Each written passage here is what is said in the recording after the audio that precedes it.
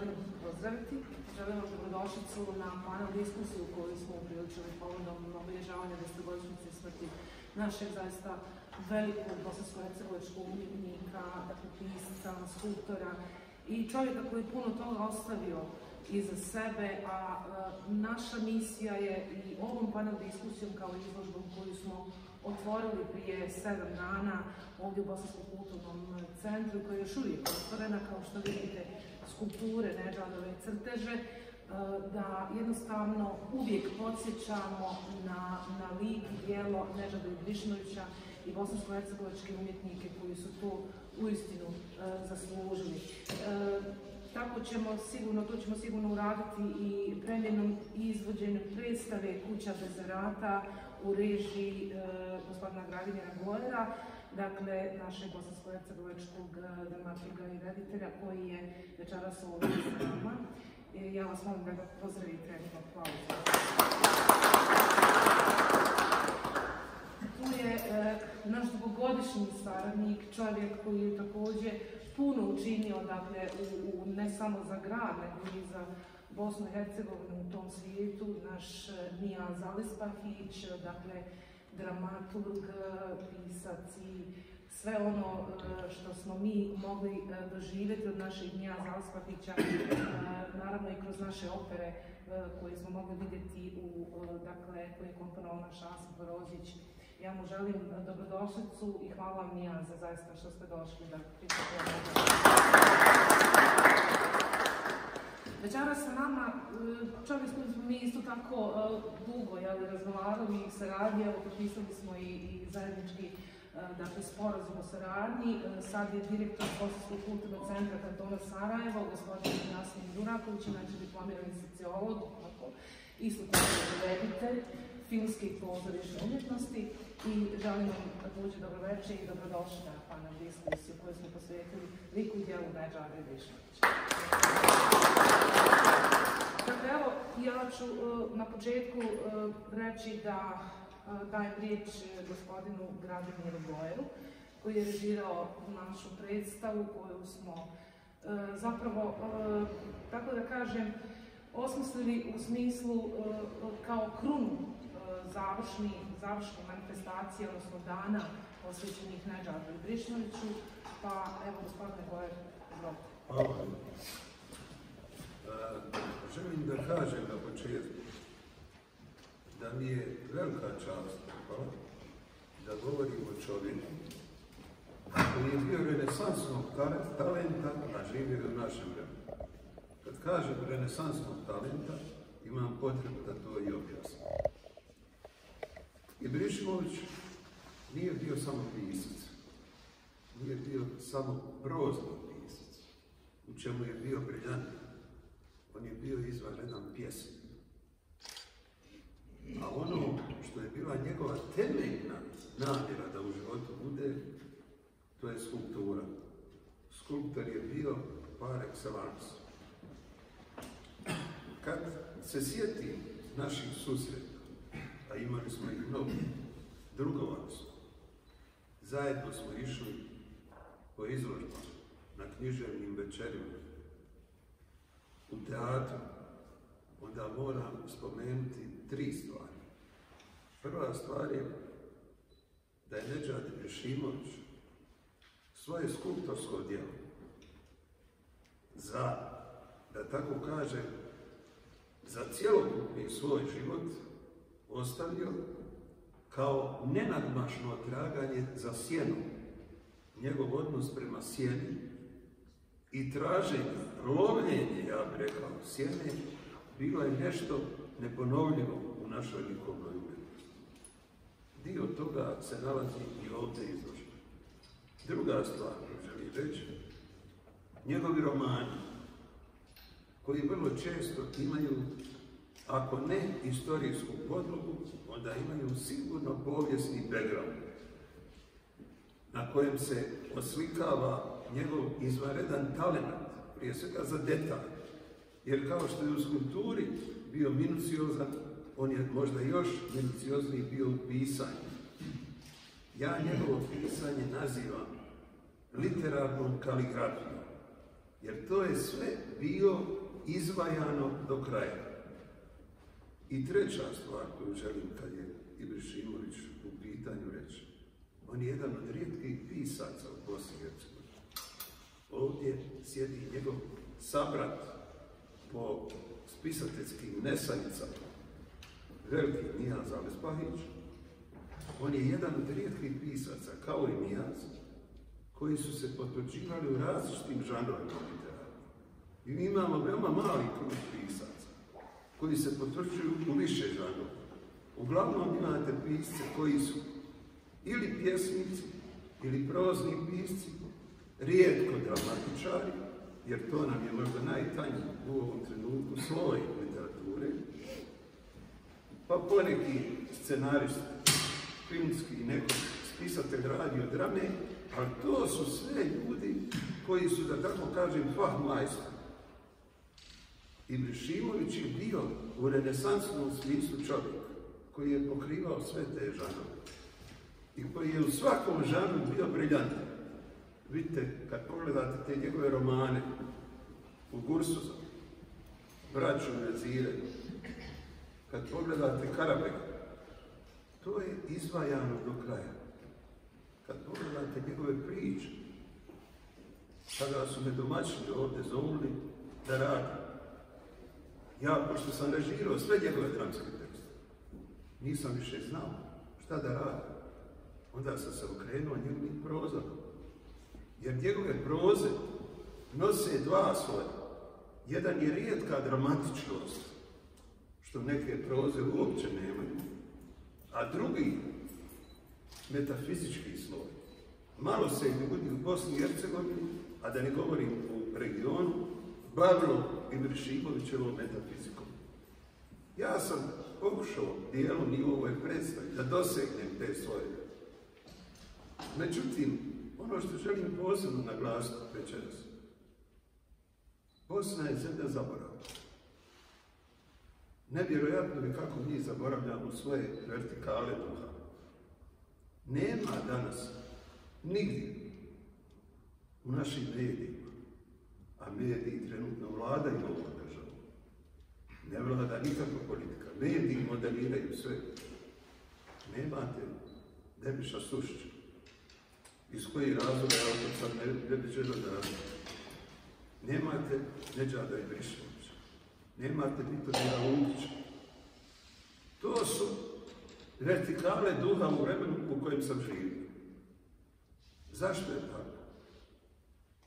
Evo, malo prije sam razmijenio sa gospodinom Alespahićem mišljenjem onog trena.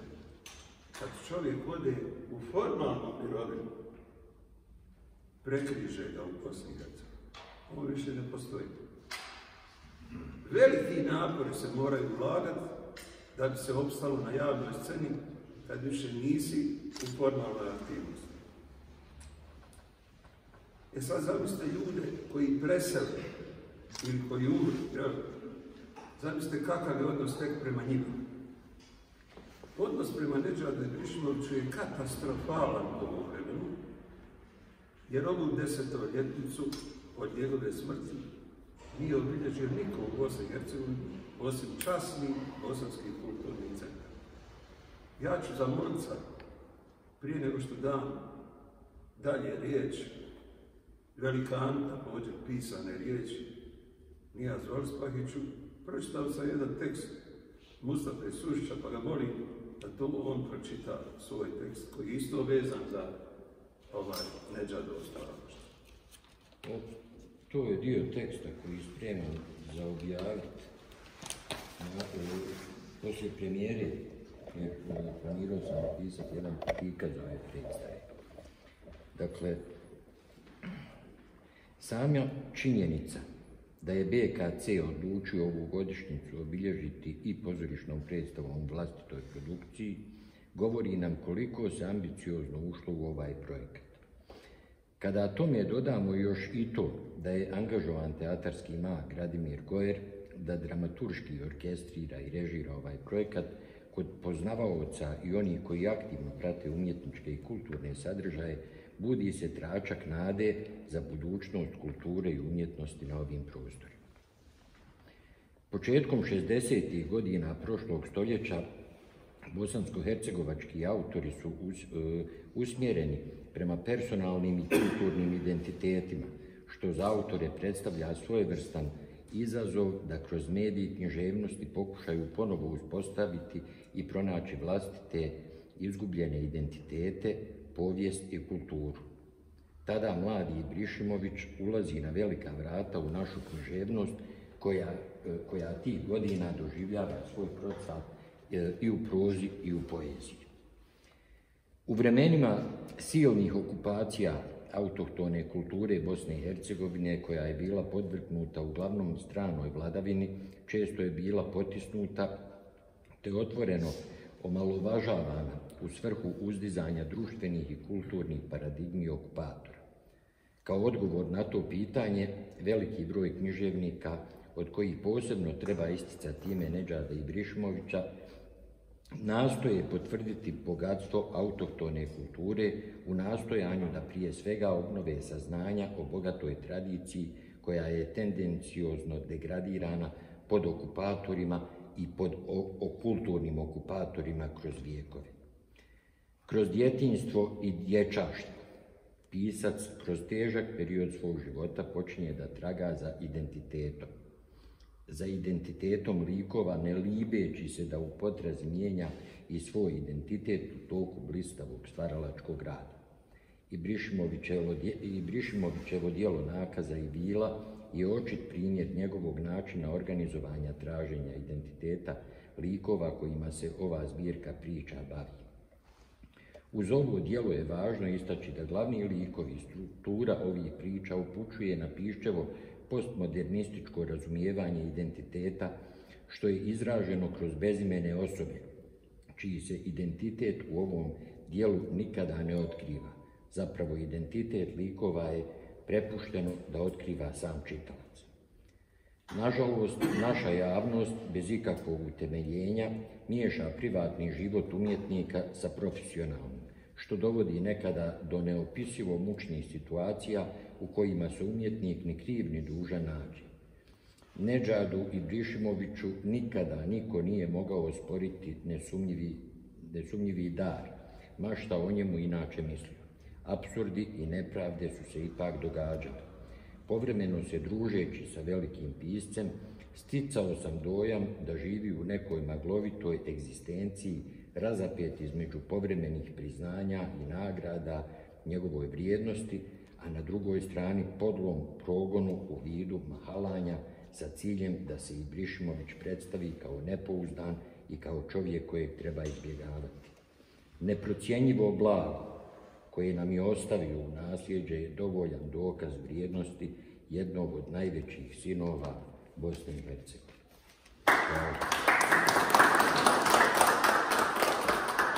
Ispisnici su Nedžad Ibrišimović i večerašnji naš sugovornik, veliki bosansko-hercegovački pisac Nijad Zaluspanić.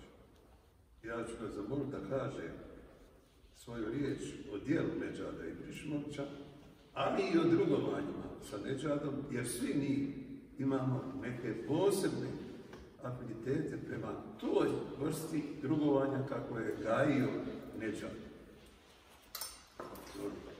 Evo, ja ću vas prije svega malo možda zabaviti svojom pričom, jer ovo nije naučni skup, simpozijum, nešto jeste, a dobro je da nešto ima sve ovdje lijepo učnjeno našim čovjeka i našeg zajedničkog prijatelja, bliskog prijatelja. Pošto sam ja danas, nemojte mi zamjeriti, saznao da ima ovo što se događa, a došao je moj kusa, ne znam je tu, pobjegao po običaju. Došao je na vrata, a pošto ga nisam vidio 140 godina, Nisam ga prepoznao. Znači, obojica ste liječnici. Ja, već ja nešto liječnik. Ne poznajem čovjeka, ustanem, otvorim, ne poznajem. Pitam koji si ti? Pa, mene gore poslao iz VK centra da vam kažem da bi dobro bilo da vi dođete večeras susretam na ovu tribinu, kako će zvati. Jer, kaže, nismo mogli da vas dobijemo ni telefonom, ničim. A ja svašta nešto porezao oko sebe da živim mirno. Otud ja ovdje način mi došlo da nije huse. Niste mogli dobiti vezu. Ja, tako je. Ono što bi ja rekao, to su u stvari neka vrsta anegdotskih sjećanja. Jer naše prijateljstvo je trajalo dugo. Bili smo vrlo bliski. Viđali se u godinu po 10 puta, negdje tamo, jajice, stolac, ono. Družili se, voljeli se, cijenili se, razumijevali se. Pomenuta je i riječ braća. A braća smo događeni i po našim nesrećama, i po našim zaboravima, i po našim poganlukcima, ne mislim na nas dvojicu, tako da to je bila jedna prisna veza i nešto je bilo. To je malo načukno, moj prijatelj, stari, dobri Rado, što se između onoga što Nedžad radi, bila to skulptura, bio crcer, bio portret, bio priča, bila pjesma ovo je bilo šta, čime se hvata kao umjetnik, to se između mene i ono što sam ja malo nešto uradio u životu nekako dodirivalo. Nekako je neću reći lično jedno na drugo, ali prožimalo se. Mislim da su nam poetike grada bile slične. Ostali smo vjerni nečem, što je važno. Most, patriotizmu, poštenju, naporu da nešto promijenimo. Ekscese smo pravili. Jedni imamo ukazu i o tome. I otuda je to i prijateljstvo. Ja se sjećam, eto, ima još jedan detalj. Mi smo obojica rođeni iste godine, što je rečeno. Ja u aprilu, sad naravno gospodin Čutić, a on u septembru. Ali ja sam bio stariji skoro 6 mjeseci, pa smo se znali prepirali. Ja sam rekao da ću vas malo zabaviti, reći nekim pričama. Pa smo se prepirali, ako ti vjeruješ u ljude, ako ti vjeruješ u vjeru, ako vjeruješ u to, moraš vjerovati u nju tradiciju. Rekao, ja sam stariji pol godine, ti mene moraš u nečem slušati. I onda smo pričali na toj relacije. Možda dizo, ja nisam se pripremio za ovo posebno, ali na 2 papirića neke moje bilješke imam, pa ću nešto od ovoga ispričati. Jer i ovo je njegova ljudska i stvaralačka ličnost i to se proživljava. To je isto. Nema umjetnika, nema umjetnosti, ako tu ne može se neka žica naći da se proživa. Ako nije čovjek, nema i umjetnosti. Ako je kreten, tako da je znate i to možda i bolje od mene. Evo, sjećam se jedne seanse, ti si bio krivac. Ja, jesam.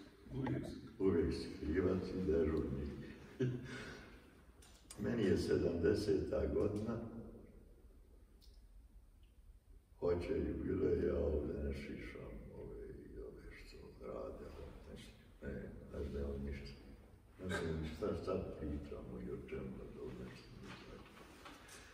Kaže Grado u Narodnom pozorištu u Sarajevu obilježćeno tvoju sradu, sjećaš. Bio ti Timur, bio ne znam, pa je sad i Vojo Vujanović i Atikunović, kad je to dogodilo. I u neko doba, u što je bilo lijepo za recitovanje. Dobar prostor. Akustično što ovdje pjevao u baritonu. Jer smo to bilo divno, vjerujte. I u neko doba, dobro, eto ti 7. april, u mantilu tankom, skravatira, fin, lijep, moj nečat. Došao na to. Ja skočim, evociram ovo, vidite zašto, skočim i napravim mjesto s nama koji govorimo ko sad ovdje, pa sjedi u razredu. I nije bitno to sad. On je fino slovo održao o meni, ne treba ništa da govorim, hvala mu, baš onako. Kratko, lijepo, nije tako dugo ko što ja znam, dugo ovakvi, vi recite, maksimum da ću ja preko. I tu smo bili, fino je to bilo, i Nedžad kaže, ja sam mom prijatelju i on im ovu negdje staturu glasa, ko ja bili. Kaže, ja sam donio, pa ovako umetnu ovdje ruku, ovo je sad misteriozno. Jednu ruku, izvad neki smotak ovako. On je prije kad su slale forke. Ja sam kaže svom prijatelju donio nešto.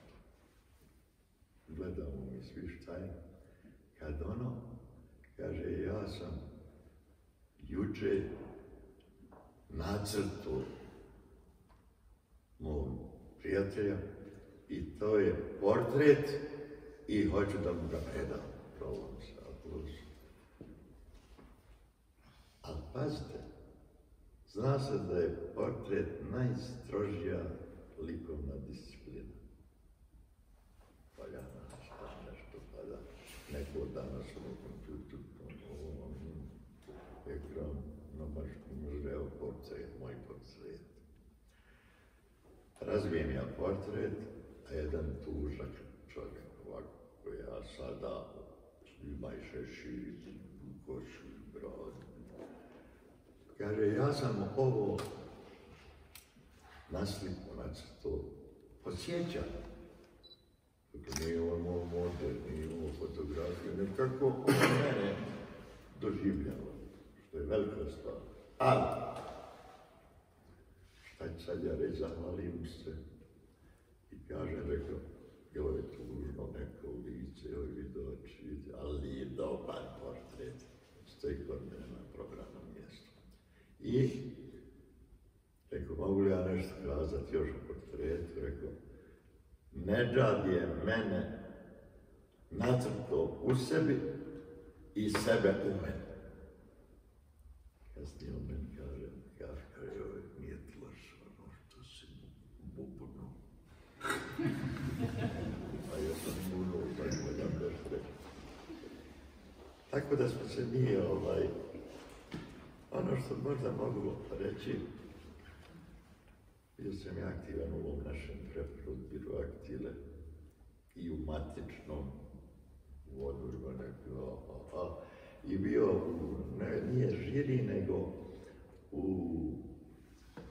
odboru koji je dodjeljivao trijenalnu, dakle svake 3. godine, nagradu najboljem jednom piscu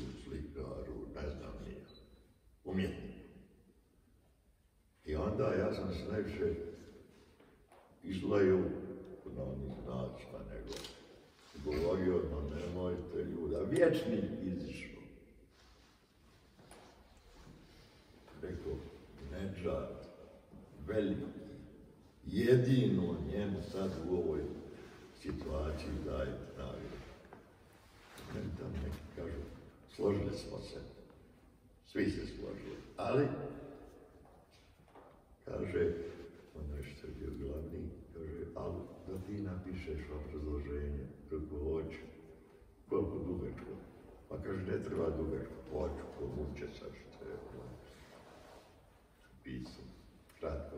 I napišem je, ali nisam zaobišao i neku plovidbu Nedžada iz njegovog života ovim okeanima gdje su valovi, gdje su podzemne sjene, gdje su otrovnice, neki imaju ribe ujedaju, te scile i haribde u njegovom životu, u prvoj polovini života. To je bilo i ogavno, kakav je i odnos bio tada u toj prvoj fazi. Jes veliki, aprilska nagrada, poznat, drag, postojao je, ali nije dovoljno bilo cijeniti takvu jednu pojavu, književnu i ljudsku, kakav je bio naš Nedžad. I ja napišem tamo to, ali ovako, pošto imamo zrnce mudrosti u glavi, to primjerim. Mjera je boginja svega u životu. Ko ima to? Napišem i to, a onda ga dignem u nebesa pred ovu agresiju na BiH i na drugi dio života. Taj dio je fascinantan po svemu za njega. To je bilo, ne znam, kako može ovako, pa onda radikalno, beskrajno, ogromno, drugčije i ljudskije i kvalitetnije. Nastajali su od te 1992. godine, 1991. ne znam kad je to bilo, nastajali su velika djela, pa i liječnik. I onda smo dali to i ja sam u Bošnjačkom institutu govorio o tome. Prošlo to kratko, ali ponešto i dodo. Uvijek ima nešto se dodo. Ja sam bio u Gradačiću 7 godina živio, da nastavim ovu stranu priče. I Velja Stojanović, naš pisac, nekoliko drama fantastičnih, bio i urednik. I briljantan kritičar. I kritičar pozorišni, sad nema kritike uopšte. Nema ni književne, ni pozorišta. A imaju doktori nauku za knjige, volike i tako. Ništa druge. Ili malo ima toliko da umreš od njega. I vraćam se priči jednoj u Gradašću gdje je on dolazio. On je bio opsjednut zmajem od Bosne. Ja svašta nešto. A on, to je nevjerovatno, kako se kaže, opsjednutost istorijskom ličnošću, ali u najpozitivnijem smislu i to je on pokazao u svojim djelima. Možda ću ja završiti, vidim ja da vidim, možda ne slušam. I Velja mene zove, ovu ću kazu ispričati, neću više imati tu pogodu 5 sata da pričam. I dalje to je Velja Stojanović. Znali smo se, dobro smo bili i udruženje kritičara i autora, što književnika. Kaže, ja treba da dođem u Gradačicu. Pravim emisiju, a emisija je bila ova serija Savremenici.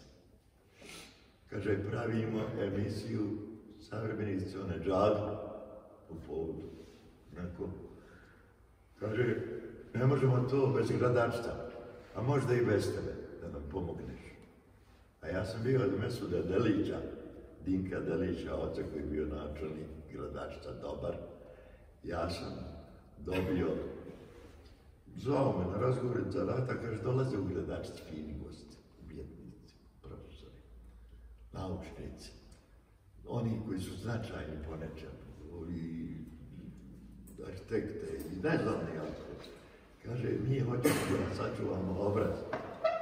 Kaže, nemam u Gradačcu čovjeka, ja profesor gimnazije, nemam u Gradačcu čovjeka da mi bude, tad kad dođe neko, da kulturno primi, da bude ljubazan, da mi ne sramote ovi moji neki koji se patljaju u to, da budeš domaćin, manđi na kulu, odvedi ih na večeru neku lijepu ili ručak i kaže, počasti, a koliko god hoćeš troši za tu priliku i budi u njihovom društvu, jer ti to mažeš i lijepo govoriš kao to ja sam ono, i kaže, samo manđi, to je bio šef Gorjan kuhar, dobar i šef. Kaže, samo potpisi račun. I kad god imaš goste, ti, zovi, znao sam, ja znao sam, ja Numića, to je Josipa Verigića, ostale. I treba da dođe Veljo sa ekipom prije, kad snima emisija, neka dođe Petru Šestor, Tetonac, Totonac, Panac, Manac, svakakvi neki ekipa. I dođe Veljo, kad bio rekao Neđa, kaže, pa on mi rekao da će njega dovući neko. Dobro, 10 sati neko. 12 sati. Jedan popodne mi se sjedimo, čekamo. I to dođe na kulu, ja odnosno sve rekao. Nema Neđada. Zove nekog tam, šta je ovo? Šta se dogodilo s Neđadom? Neđad je kao laureat i one nagrade, kako se zove, zasluženje Sarajeva. Šestaprilske i Ugurcuz i ovo i ono. Neđad je se napio, jer je on pio u tonoj prvoj fazi pola života.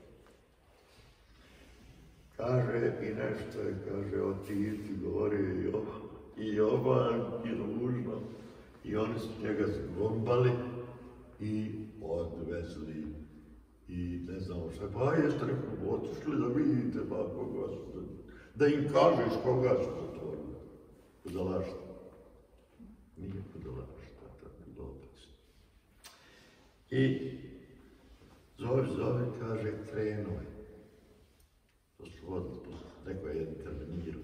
Ima bilo je i neki koji su cijenili umjetnike i zauzimali se za njih. Kaže, krenuo je, doći on, trebao bi da batne tamo, tu je. I dođe Neđad, skinuću ja na očape, jer sam ja pozoriš tu radio. Ovde, ovo lijevo oko modra. Znaš, kad udari neko pa se danga ona napravi. Kaže im ja, Velju, dobro je došao vidok. Kaže, ne vidim, riješćemo im bilo iskustvo, svakako. I snimali smo to malo ostatak dana i načeli su oni onim sobama na kuli zmajodosne. I sutra smo radili kadensanja i napravili emisiju. E sad, kažem ja, šta ćemo se rekao, vidi se odavde koja mučka gledamo u modru, ali kamera, krupan plan mora biti ovakav, jel tako, i profil, pa sve to mora, detalj, sve je čovjek tu koji to 1000 puta bolje od mene zna. Kaže, Veljo, mi ćemo sve snimat, a trebamo da govorim, da pričam. Barem ko će to dole ima konjušnica koja je divan hotel, ona zgrada ispred, na zidini, kod topa onog i tako. Kaže, sve ćemo mi kvadri, tako napraviti da se ovo oko ne ti znaš što pričam. I snimili su tu emisiju. Eto, i to je doživljavao. I još jednu ću kazati liku, ako dozvolite. Kad ima ovdje svašta, ali kad bi dao naslov, ja sve to zovem kaza i ti. Ako može za agenciji, može i kazat kaza. To smo mi smislili tajno, protiv udbe, protiv svih. I da se vratim jednoj maloj kazi, a kaza je samo po formi mala. Jedna kaza koja bi se mogla shvatiti, nazivati kava, fildžan,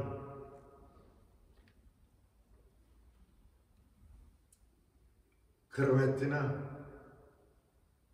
SKU i sređivanje.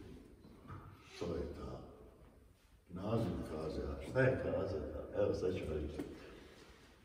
Mi smo dolazili Nedžad vezan zato na premijere, pa naš premijer, pa njegove, pa držne, radili smo Gojero.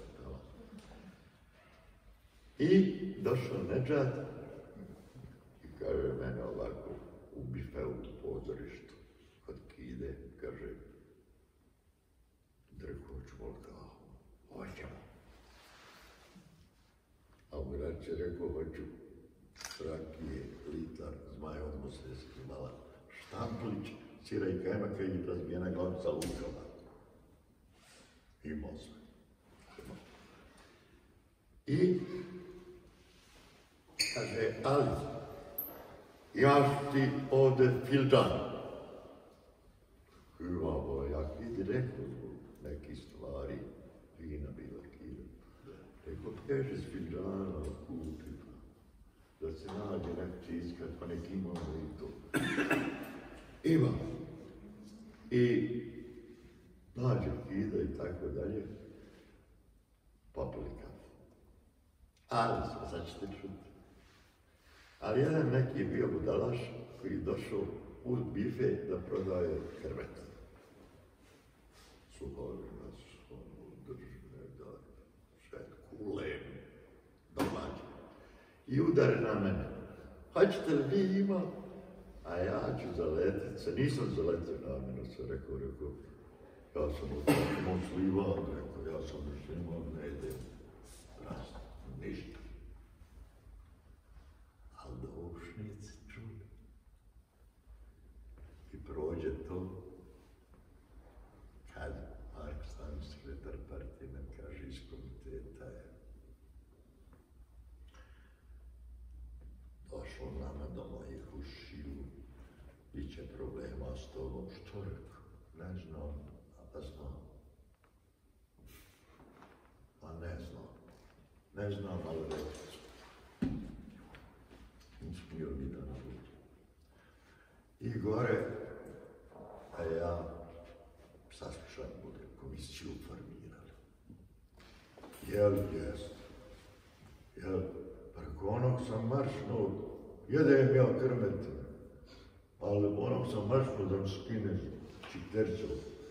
A ovo je sve tačno kako se čuka se kaže, tamo je u komitetu rečeno, optužba dala da si ti, ne znam, ono nećeš kafu, a neću kafu da pijem ako ne je fildžan. I plus neću da jedem, fildžan musliman se rimuje, i neću da jedem prasetinu zato što si musliman. Preko ne, a ja opet kakav sam, ja kažem neću. Aj, sad šta hoćete vi? I komisija to, i vidjeli da je to udalaština, kao ili nisu smjeli, ne znam, ne ovo sad ne završavam, dobio ja opomenu kao član organizacije Saveza komunista, ajde više ne, sekretar Marko Stanić. A kasnije i da smo htjeli ganjati ti, nisu mogli, jer oca oni rasuli. Tako da sam ja nešto malo rekao, volio bi ja da je to i simpozijum, pa da dođu još ljudi koji znaju i vole. Ali eto, hvala vam što ste me slušali. Možda je bilo odgovor, ali nisam lukao.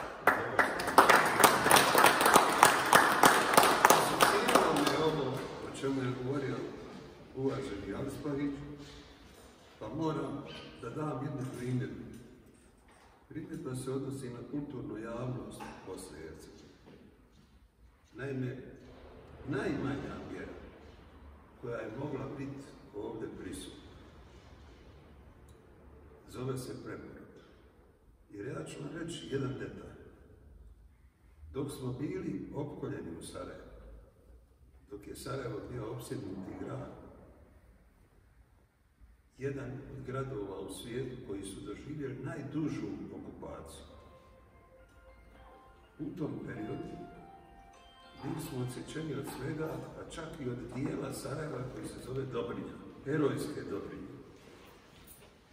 Nedžad Ibrišević je uskrso u toku rata rad preporoda u Dobrinju sa također pokojnim Esadom Arantalićem napravio rijetko dobar ženski hor na Dobrinju, pokrenuo cijeli književni kružok na Dobrinju, pokrenuo izložbe na Dobrinju, sve pod kapom Bošnjačke zajednice kulture preporoda, tako se danas zove.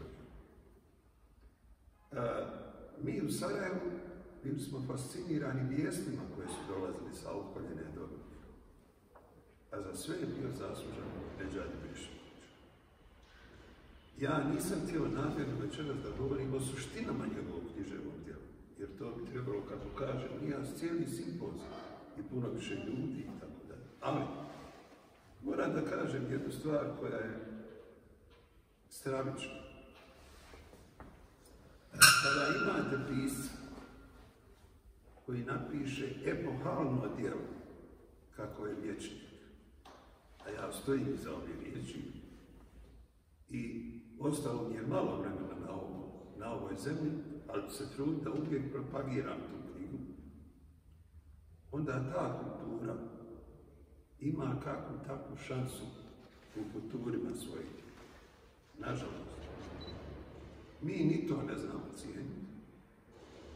Pa je kandidatura za Nobelovu nagradu Nedžada Ibriševića, koju su pokrenuli članovi strukovnog udruženja, dakle društva pisaca BiH, prošla gotovo nezamjetno, a rekao bi i sa velikim negiranjem upravo tih istih pisaca. Zašto ovo govorim? I preporod i ta književna javnost, takozvana, u stvari književna čaršija, Mahala, doveli su do toga da ta vrsta zaborava, koja se nažalost u Bosni na velika zvona gaji, prekrije i tako epohalno djelo kako je Ibrišimovićevo. Zašto govorim epohalno? Nađite u Srpskoj, u Hrvatskoj, u Slovenačkoj, sad ne uzmam obzir klasike,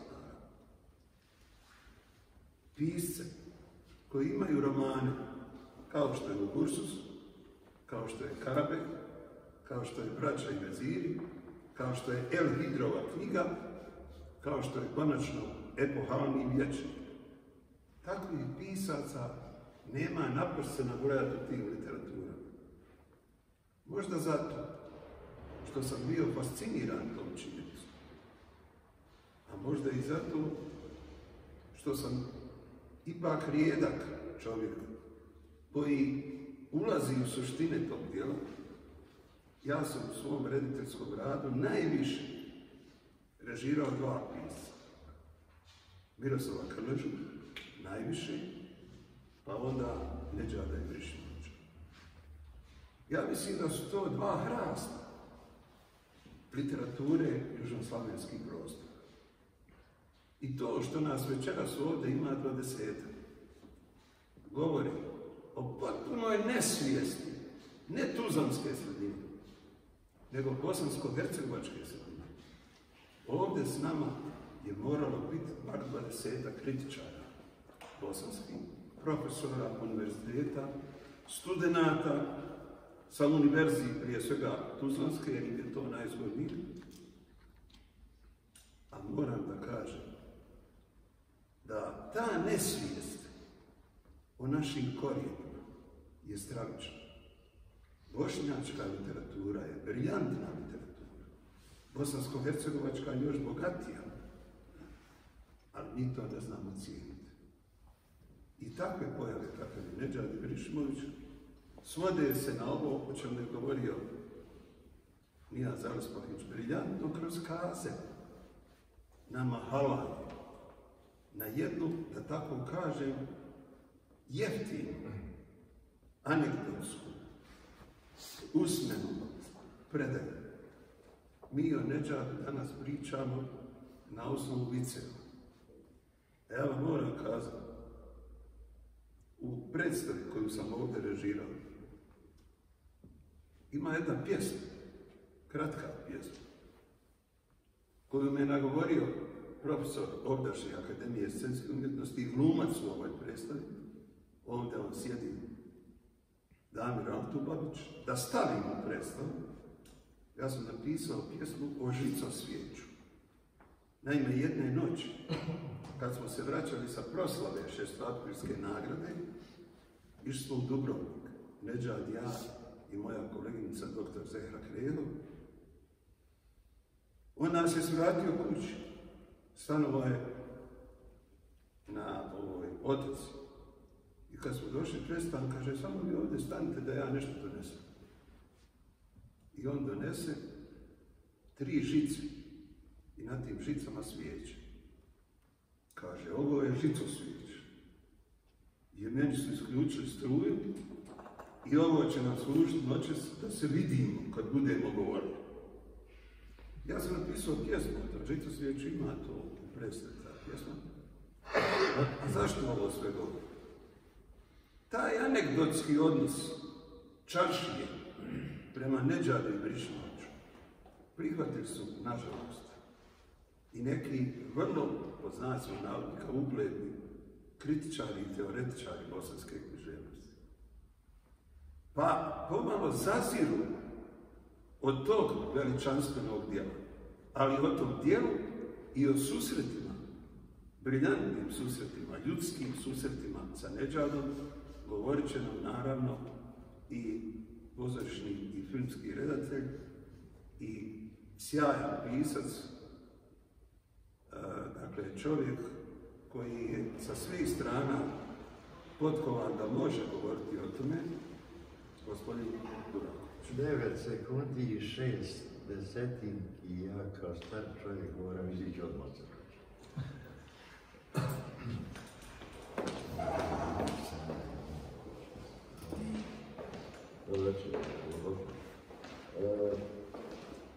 Dugo vremena sam radio kao novinar, bio sam urednik broj imao starih fotografija, tog vremena. I jedan od trenutaka koje sam doživio kao onaj što me počeo da potpunom samom kritikom vlastitom, je upravo bilo sa Nedžadom Ibrihimovićem, negdje 1998. godine, list Tadašnji dan je ponudio Nedžadu Ibrihimovića da bude intervju dana sa Nedžadom. Prije toga je bilo niz tekstova u kojima su dani tadašnji pisali dosta negativno o njemu kao piscu javnoj ličnosti. I Nedžad je pristao na taj intervju za dane, ali je uredniku dana Patečinu rekao ja ću taj intervju dati danima samo ako će da rati jasni podatak. Sam to ne bi urednik kulture i otišao sam na intervju, ja i mladi pisac Asmir. Prvo sam Asmira Kojovića se smatrao da Asmir Kojović je od najboljih poznavalaca njegovog književnog opusa. ako je mlad pisac, to znači od mladine koji je danas, ali već poznavao jako dobro Nedžadovo djelo, pogotovo njegov taj ciklus Udjevnik u vrijeme dok je pisao Vječnika i njegove te dileme o tome šta zapravo znači šeitan inspiracije, zadaći ruhani inspiracije književnosti, na koji način zapravo povezivati duhovnost i slavnost sa književnosti, na koji to su dakle bila teme koje su ga okupirale posljednjih godina. Ja sam zato sam poznao Aspira, na koji je imao sličan mlađi kolega, sličan književnik senzibilitet, da radi taj veliki centrum Nedžadu. I kad smo došli kod njega u stan, on je nas dočekao sa jednom punom ovolikom kopijom raznih novinskih natpisa. I rekao je, prije što krenemo na intervju, prvo ćemo da pogledamo ovo sve što se o meni pisao. I da krenemo od toga. Jedan je vidio tekst, jedan je Slobodne Bosne, kada je također u kulture, i nevjerojatno pisata nešto časopis Politika, kojem je narodno kao Nedžad pokušavao uvesti cenzuru prema mladim književnicima u Hrvatskoj Republike, imamo uvesti cenzuru i ostalo. I pitao mene, s čemu napisao? Ja kažem, ja sam ti si jedna da to jesi. To ima mi diktofon, pusti diktofon, evo što sam ja. Ja se postim. To mi je rijeski momenta kad čovjek se postim. Ja sam samo nastavio na priču. Ovo su, evo da on mi uvijek viđena kasnije, tako dalje. Oni su potvorili ga isti oni koji ga kasnije isto puno godina negirali, napadali, negirali Vječnika, ignorisali ga za brojne knjige. Ali je to sudbina umjetnika u Bosni i Hercegovini. Nedžad Mišćinović zapravo, kada se pojavio i čitava ta generacija pisaca koja se pojavila 60-ih, imala je zaista jedno veliko vreme za sebe. Dakle, oni su svi već to doba imali velike pisce koji su bili dominantni, ne samo na bosansko-hercegovačkoj, nego i nekoj slavenskoj sceni. Mi smo imali jednog Andrića u to vrijeme. Mi smo imali u to vrijeme tog Selvića koji je bio već Selvića svog književnog. Imali smo Čajmila Sjetića. Imali smo Derviša Sučića. Ta generacija mladih koji su dolazili zapravo zaista nije trebalo puno da isplivaju iz toga, da to sve bili velikani naše književnosti. Zapravo, krajem 60-ih u Bosni i Hercegovini zaista bila jedna skupina brojnih pisaca. To su vrijeme, kako to zvalo kad je to se Duško Trifunović i Sudbonosni dječak. Sudbonosni dječak. Sad je jedno puno pjesnika, dakle, svi su pisali, kako dalje. I Nedžad je zapravo skrenuo svojim putem.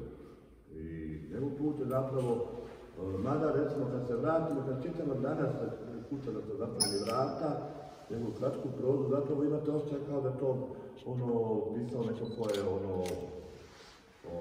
kao neko koji je iz nekog Sinjela, književnost jednog Borgesa, i korpusa svjetske književnosti, zaista su te kratke priče bili izvanredne, ja sam i poslije otkrio, poslije sam i čitao, nisam prvo sam čitao kursu da ga rugari, i zaista se vidjelo da zapravo Nedžad je jedna posebna ličnost naše književnosti. Kad smo radili na intervju, sad sam sjetio nečega, kad smo počeli imati rad na intervju, kaže Nedžad nama, Jasmine, ja kad napišem kiša pada, ja želim da papir bude mokar. I on je stvarno, kao nitko ko, bio posvećen svom stilu, bez obzira šta je radio. Ali je to bila forma kratke priče, romana, dramskog teksta, adaptacije za televizijska djela. Čak je recimo, mislim da je manje poznato, navodim se podatak da je recimo radio scenarij za Omer Pašo Latasa, film koji treba raditi Bake Tanović, 70. godina, no taj film je praksno zabranjen.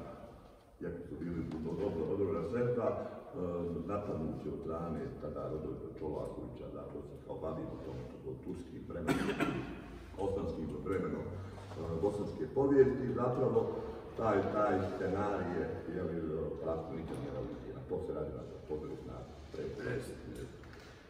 Ono što je kod Nedžada već od praktično bi rekao Ursa Novamo. Sve zapravo, on je osjećao da ima, da mora se baviti jednim zanemarenim dijelom identiteta svijeta koje pripada. Ne bih rekao zabranjenim, ali u svakom slučaju zanemarenim. Dakle, to je taj neki, hajde kažemo, bosansko-hercegovački identitet u okviru SHS, Jugoslavenske šeme i tako dalje, pa čak u užem smislu od onoga naroda koji je obično pripadao, dakle, tog muslimanskog, bošnjačkog i tako dalje. Ili nešto, iako je bio, dakle, pisac koji je imao moderni jezik, moderan stil, on je zapravo imao potrebu da se bavi tim zanemarenim sa svijetom, I ti njegovi junaci, bez obzira da li su to junaci znani ili ne znani, da li su to ljudi sa imenima, da li su to ljudi koji su imali problemi kao ovim pričama koje spominje Mustafa Stušić i tako dalje, ili ovdje u istorijski ličnosti poput Maja Bosne, zapravo to je jedna strašna potreba da govori iz iskustva ti ljudi, kroz mišljene forme koje su stavljene. Zapravo je on zaista jedan kako rekao, već do rata je ostvario vanredan književni opus. Izdvojio se praktično, možemo reći, u odnosu na brojne druge pisce, sada postoji koji možda nisu, dakle, nisu bili loši puno, to su bili sjajne generacije pisaka, koji se nekako se međa tu izdvojio i bio priznat, nepriznat. Druga stvar, do trenutka rata u kojem zapravo kompletno njegovo bavljenje, onim se bavio već tada, on je rat dočekao spremno. Dakle, on je, kad ima knjiga napisao odmah, prvi mjeseci rata, svaka rečenica u tom dijelu je savršena. To je kratka pripovijed koja je to, mislim, to je remek djelo naše književnice. Dakle, kad pogledamo, dakle, to je možda prvo djelo koje je nastalo u toku je rat počeo, koje je na način kako je napisano, i ga danas čitamo, dakle, uspjelo da odgovori o momentu i da zapravo ne bude neki pamflet, ne bude propaganda, ne bude ništa, da bude jedno stvarno umjetničko djelo. I poslije sve to što je radio, dakle, da spomenuo s kolege i umjetnika i njegova djela, zapravo što on je bio posvećenik pisanja. I posvećenik, dakle, jedan potpuni, rekao čak ludak u pozitivnom smislu, kad se posveti temi, dakle, on se tome posveti, dakle, od teme do načina kako će to neki zove. I jedno sam isto radio sam s njim intervju prije rata, a imao sam priliku se družiti s njim preko i u ratu, naravno u ratu, sam tad bio isto bio smo zajedno, bili smo propagandi jednim dijelom zajedno, sam bio uglavnom stavu armije BiH, on je bio za Dobrinjem i upoređivali po toj, kako bi rekao, čak vojnoj liniji. Mimo, jer to je bila naša obaveza, rat, gdje smo mi bili sve zajedno. Gdje sam bio u to vrijeme s njim, naravno sam pjesnikom Ilio Mladin, moj dakle bio jako dobar s Ilio Mladin, oni su bili veliki prijatelji. Tako, ja sam bio postanar kod Ilija Mladina, pa smo imali taj krug zajedničkih druženja. A sjećam se prije rata, na došao meni raspit koji Ilija Mladina je rekao, ja ovdje dam intervju o kulturama i o sjeni. Cijeli intervju, ja ću sada pričam o romanima, književnim dijelovima, ne, ja samo intervju o sjeni. Zašto ja,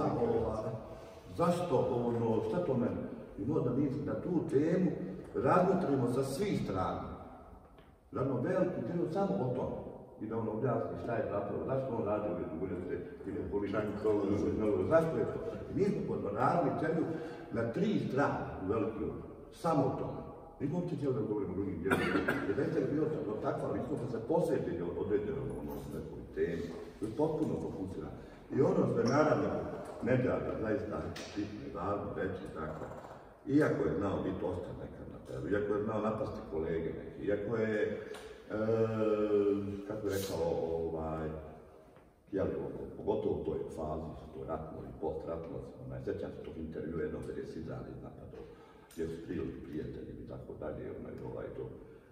Ne, ja sam malo upoznao ljudi među umjetnicima, radio sam dolje intervjue, radu, sredio, koji je čovjek koji svojim pogledom toliko zradio do vrata. Znači, to je nešto što onako, kad vidite Nedžada, i za njih pričam, sad neću da imitiram kako govorim, jer nisam glumac, sad znam tako je govorio, na koji način nažalost svoje misli. Kad s tim razgovarate, naprosto vi se osjećate toplo i kao da zapravo vama govori neko ko je simbol svega onoga što mi volimo, što nam je bitno i drago, a to je Bosna. I zato je ta njegova pjesma Bosna, zato je danas mnogi vole. Dan vremenska, on je stvarno bio dakle i gledati na nekom socijalnom, ne samo književnom nekom pogledu zapravo, kada vam svi rekli prološki, zbog svega toga danas je Nedžad je jedan od simbola kulturne prošlosti Bosne i Hercegovine od druge polovine do kraja 20. vijeka, kada naprosto kao neki toponim, znači neki likor koji ima, čak vizualno, kad kažete neki pisci, vidite, vidite ga te pisci, vizualno ga vidite. Zapamtite ga, ne sam zato što je to je sve zato što to sve zajedno što on oko sebe je nosio i pravo je Gradimir jedna renesansna ličnost koja je nosila sa sobom pun više tokova, svog intelektualnog djelovanja i zaista, dakle, mi je čast da mogu uopće da govorim o Nedžadu, o njegovom djelu, naravno, može puno još i govoriti se i pisati, istraživati, mislim će se roman još istraživati zadugo šta je zapravo sve u tome sadržano, zašto je taj roman tako kompleksan. I s druge strane zapravo htio bi se zahvaliti Bosanskom kulturnom centru što je sjetio da na ovaj način obilježi ovu godišnjicu i sa kompletnim programom i sa izložbom njegovih radova i sa predstavom i ovim svim. I evo sad kad već, jako sam znao da ću da ovaj događaj prije 2-3 mjeseca, sudbina je tako htjela da sam ja imenovan za direktora Bosanskog kulturnog centra u Sarajevu ovih dana. Jedna od prvih stvari koje ćemo raditi, dakle u novembru mjesecu kompletnu ovu postavku, dakle ovu izložbu, predstavu i još jedno književno, kako već to panel neki da napravimo, radit ćemo u Bosanskom kulturnom centru u radnju u Sarajevu. Dakle, praktično će sve ovo gledati ovdje gostovati u Sarajevu i zato treba da bude u Sarajevu, da bi i tamo, dakle, to sve zajedno vidi i te strane zaista čestitka Bosanskog kulturnog centra Tuzla koje je imao snage i radosti da ovo se organizira na ovaj način.